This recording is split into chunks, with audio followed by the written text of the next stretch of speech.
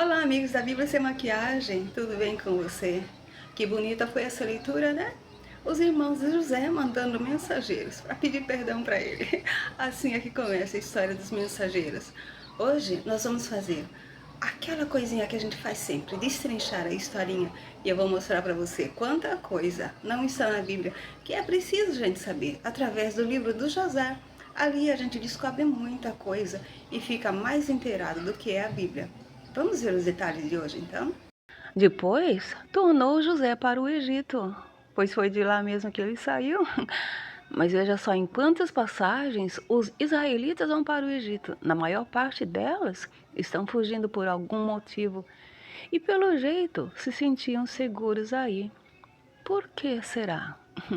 Olha só quantas vezes o povo fugiu para o Egito. Até José, o pai adotivo de Jesus, foi aconselhado pelo anjo do Senhor a fugir para o Egito, mas no capítulo 30 de Isaías, ele aconselha o contrário. José e seus irmãos e todos os que com ele subiram a sepultar o seu pai, tornaram ao Egito depois de o haver sepultado. Alguns outros detalhes desse versículo 14 é com relação a todos, que no momento eu destaquei. Mateus 4:8, que é quando o diabo mostrou a Jesus todos os reinos do mundo, que ele conhece bem. João 3, versículos 15 e 16, que é onde Jesus está garantindo que todo aquele que nele crê tem a vida eterna. E João 5:28, onde ele está falando do juízo final, em que todos os que estão nos sepulcros ouvirão a sua voz. Agora, daqui até o final dessa história é que não bate de jeito nenhum com o livro de Jazar. Primeiro eu vou falar sobre o que está escrito, depois sobre o que não está escrito. Vendo então os irmãos de José que o seu pai, pai deles todos, já estava morto, disseram: porventura nos aborrecerá José e nos pagará certamente todo o mal que lhe fizemos. E por causa disso, eu dei o nome do bate-papo da leitura: Quem deve, teme. 17 anos se passaram e eles continuaram com o peso na consciência. Nesse versículo, eu quero chamar a sua atenção para o livro dos Atos 25:19, no julgamento de Paulo. Pórcio Festo está contando ao rei Agripa o motivo pelo qual os sacerdotes e os anciãos dos judeus pediram sentença contra Paulo. E olha só como ele se expressa com relação a Jesus. Tinham contra Paulo algumas questões acerca de sua superstição, de um tal Jesus defunto que Paulo afirmava viver. Dessa casta do um tal Jesus defunto é que foi criado o cristianismo que temos hoje. Tá bom para você? O versículo 16 diz que, portanto, enviaram a José. Quem foram enviados? Os servos. E estes disseram: Teu pai mandou antes da sua morte, morte de Jacó, não a sua, com quem eu falo. Eu continuo separando os pronomes para acostumar a usar direito. No Deuteronômio 4, Moisés diz ao povo: Nada acrescentareis à palavra que vos mando, nem diminuireis dela, para que guardeis os mandamentos do Senhor vosso Deus, que vos mando, que foram dados lá no Êxodo. Minha pergunta é, baseado neste mandamento que Moisés deixou, comparando com o cristianismo hoje, foi acrescentado ou diminuído alguns daqueles mandamentos ou não? Continuando a história, no versículo 17, os enviados dizem que Jacó disse: Assim direis a José: Perdoa, rogo-te, a transgressão de teus irmãos e o seu pecado, pecado deles, dos irmãos de José, porque te fizeram mal.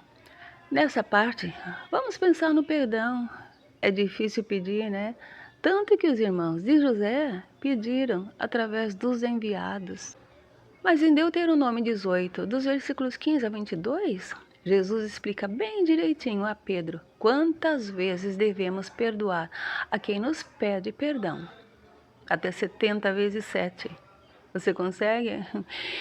Eles reconhecem que fizeram mal a José e o mal não diminui. Em Jeremias 4:22, quando Deus está enviando Jeremias a anunciar a invasão de Nabucodonosor, ele diz que o povo é sábio para mal fazer, mas para bem fazer, nada sabem. 600 anos antes da vinda de Jesus já era assim. Você vê melhoras? Os servos continuam. Agora, pois, outra expressão recorrente no Velho Testamento. Rogamos-te que perdoes a transgressão dos servos do Deus de teu pai. E José chorou quando eles lhe falavam. José era muito sensível, né? Sempre chorava. Agora, por que é que eles lhe falaram para José perdoar a transgressão dos servos do Deus do pai dele? Porque eles são os enviados pelos irmãos de José e já sabiam que somos servos dos nossos deuses. Os deuses deles eram outros, por isso disseram que os irmãos de José eram servos do Deus do pai de José. E pai deles também, né? Depois, já preparado o terreno, vieram também seus irmãos, irmãos de José, e prostraram-se diante dele, mais uma vez, conforme o sonho de José, no capítulo 37. Só que até agora o verbo era inclinar-se, que é a mesma coisa, só falado diferente. Quem também quer que alguém se prostre diante dele é Satanás. Em Mateus 4:9, disse a Jesus que lhe daria todos os reinos do mundo se Jesus prostrado o adorasse. Jesus disse não, obrigado, mas muitos toparam e continuam se prostrando a ele até o dia de hoje, por benefícios da terra, quando Jesus disse que o reino dele não é deste mundo. Quanto a preparar o terreno, tem mais histórias semelhantes. Em 1 Reis 1, dos versículos 12 ao 31, o profeta Natã combina com Batseba para começar um assunto com Davi e depois ele entraria e reforçaria o que ela disse. Foi assim que Salomão se tornou rei.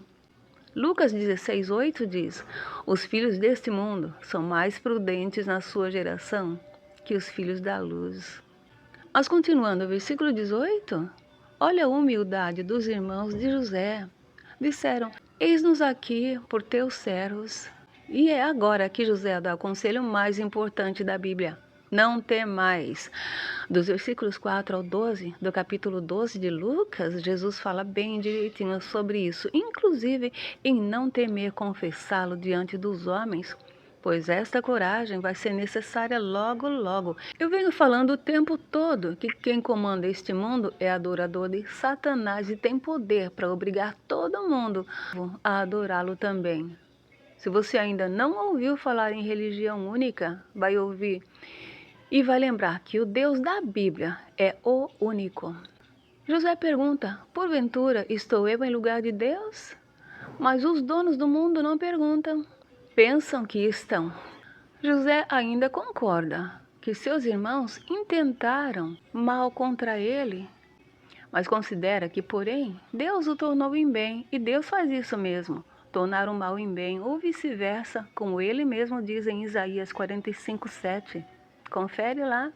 José prossegue dizendo que Deus fez assim, como se vê neste dia, para conservar em vida a um povo grande. Você também pensa assim? É a segunda vez que José diz isso. Já falou no capítulo 45. No capítulo 9:17 de Mateus, o verbo conservar é usado por Jesus de maneira figurativa, como ele costumava fazer. E ele está falando sobre conservar o vinho.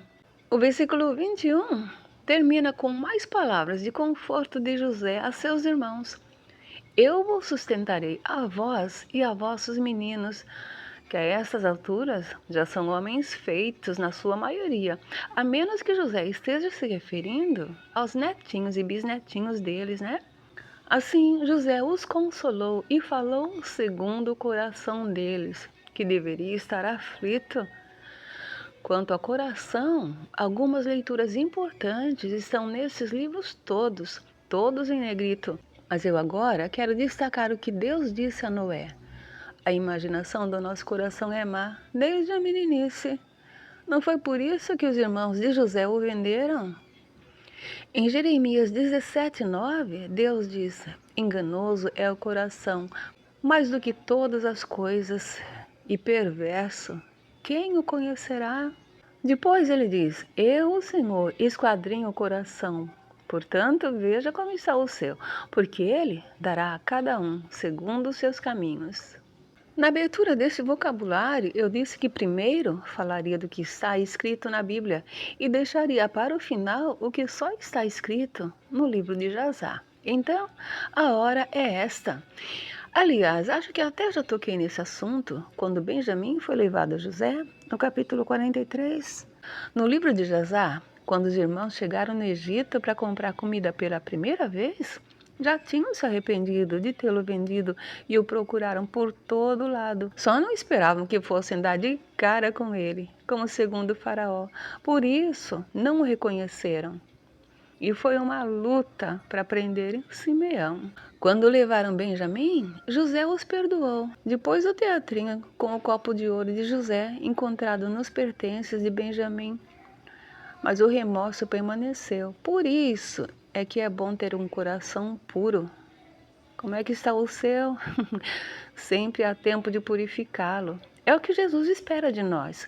O próprio Salomão disse em Provérbios 4:23, sobre tudo que deves guardar, guarda o teu coração, porque dele procedem as saídas da vida. Assim, a Bíblia Sem Maquiagem encerra este vocabulário, aguardando você para a terceira e última leitura deste último capítulo do livro do Gênesis. Até breve. Estamos tratando da saúde do nosso espírito. Agora é hora de tratar também da saúde do nosso corpo. Você já ouviu falar que mente sã, incorpore sano, segredo de vida longa? Você quer uma boa vida? Então cuida do espírito e cuida da saúde física.